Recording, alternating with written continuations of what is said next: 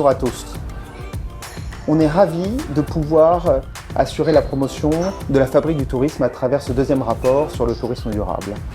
J'en profite bien sûr pour remercier notre marraine, Brune Poirson. Après une marraine, il nous faut un lieu, donc merci à l'hôtel Babel de nous accueillir aujourd'hui pour le lancement de ce rapport. La Fabrique du tourisme, pour nous, c'était l'opportunité de faire venir des professionnels pour réfléchir sur l'hôtellerie de demain, de travailler cette intelligence collective comme nous l'appelons, car cette intelligence collective, elle ne se décrète pas, c'est à nous de la cultiver et c'est toute la mission de la Fabrique du tourisme. Pedro, à toi.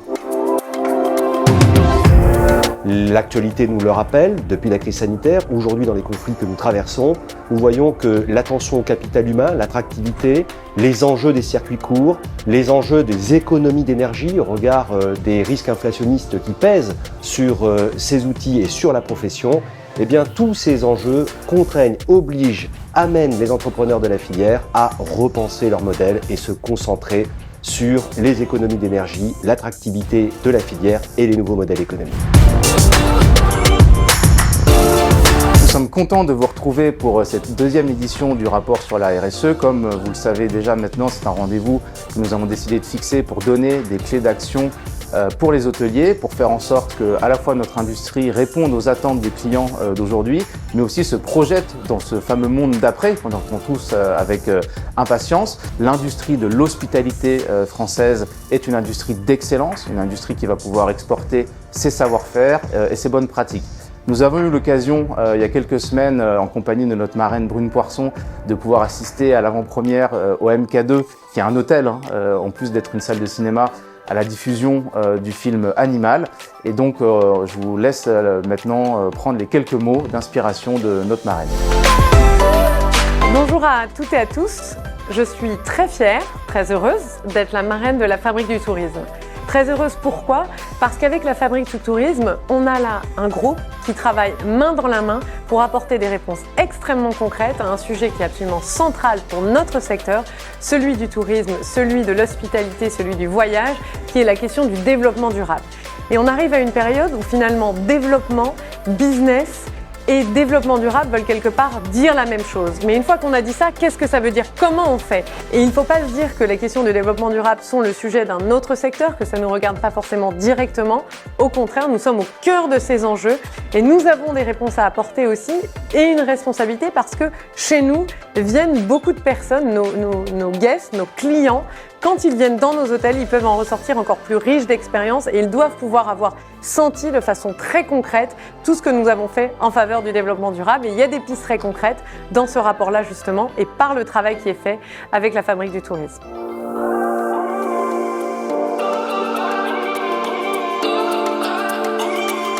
Donc comme vous l'avez sans doute compris, la Fabrique du tourisme, c'est un groupe de réflexion qui se veut à la fois être un modèle de collaboration, de pédagogie et d'échange multigénérationnel. Comment ? En réunissant des professionnels du secteur du tourisme de tous horizons, de tous âges, qu'ils soient étudiants, dirigeants ou consultants. C'est cette organisation spécifique qui nous permet une nouvelle fois d'obtenir un rapport opérationnel. Vous allez le voir, nous sommes sur quelque chose de prêt à l'emploi, concret, pragmatique, mais qui aussi se veut à destination de l'ensemble des acteurs de la filière, salariés, dirigeants, chefs d'entreprise. Cette première partie immobilière, on parle donc usage, construction, travaux, va adresser deux nouvelles problématiques, à savoir le décret tertiaire et les enjeux de co-construction ou comment penser ensemble, dès le début, l'usage de son bâtiment hôtelier. La seconde thématique de notre rapport concerne les enjeux d'exploitation de fonds de commerce, que ce soit d'un hôtel, d'un restaurant ou de tout site touristique. Nous avons voulu mettre au cœur de notre réflexion l'humain dans un contexte social particulier où attirer et fidéliser ses collaborateurs, clé, tout comme leur offrir du sens au quotidien. Dans la troisième et dernière partie, nous nous intéressons aux parties prenantes et à leur collaboration. Dans ce rapport, nous avons fait un focus particulier sur la relation franchisé-franchiseur et la manière de faire émerger une stratégie durable pour les groupes hôteliers en créant une relation constructive. Une nouvelle fois, vous pourrez retrouver l'ensemble de ces problématiques synthétisées en fiches pratiques. Elles sont 6, totalement inédites et consultables dès maintenant dans ce nouveau rapport de la Fabrique.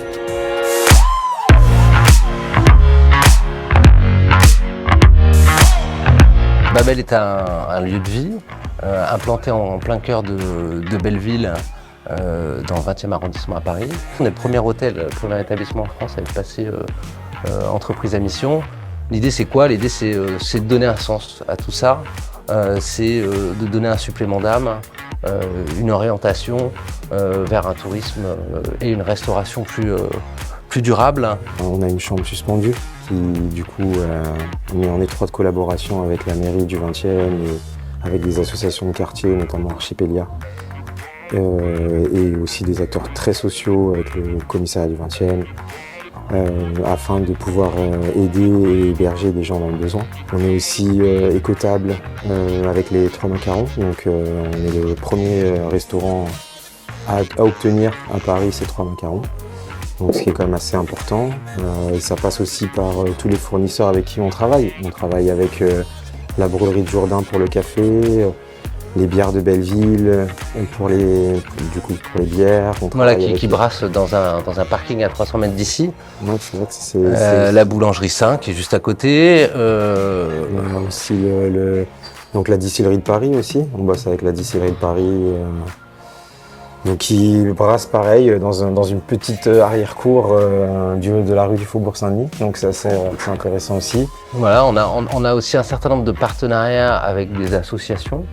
La première, c'est notre association avec le Refugee Food Festival, puisqu'on a un chef qui est là en permanence, qui est un Bellevillois, Sofiane, et on a aussi un chef en résidence qui tourne tous les 9 mois, qui nous vient de l'association Refugee Food Festival, qui aide les réfugiés arrivant en France à se reconvertir à travers les métiers de bouche et de cuisine notamment. On n'a pas trop de difficultés aussi à recruter parce qu'on porte toutes ces valeurs. Je pense que... Ouais, c'est ça, c'est surtout le plus important, c'est que ça se retranscrit aussi avec le recrutement qu'on fait. On choisit des personnalités avant tout. Ouais. On choisit des gens qui sont investis aussi dans cet aspect environnemental, social, qui font attention à tout ça aussi, Ouais. C'est hyper important. Ça passe par de toute façon, là, à la base, c'est évidemment le recrutement et ce que vont retranscrire les gens et comment on arrive à leur faire retranscrire ça aussi. Et l'idée, c'était vraiment d'aller dans le détail et d'avoir un suivi, ce que permet notamment l'entreprise à mission, puisque l'entreprise à mission est inscrit dans les statuts. C'est un engagement qu'on prend et qui est opposable à un tiers. Si j'aurai cet engagement, à titre statutaire, donc ça nous oblige. Et également, ça nous donne une boussole, une orientation, puisqu'effectivement, on doit rentrer dans cette raison d'être, dans ce sens qu'on donne à notre métier et à notre façon de voir l'hospitalité. Ouais. Non, c'est bien résumé. Bien résumé en tout cas.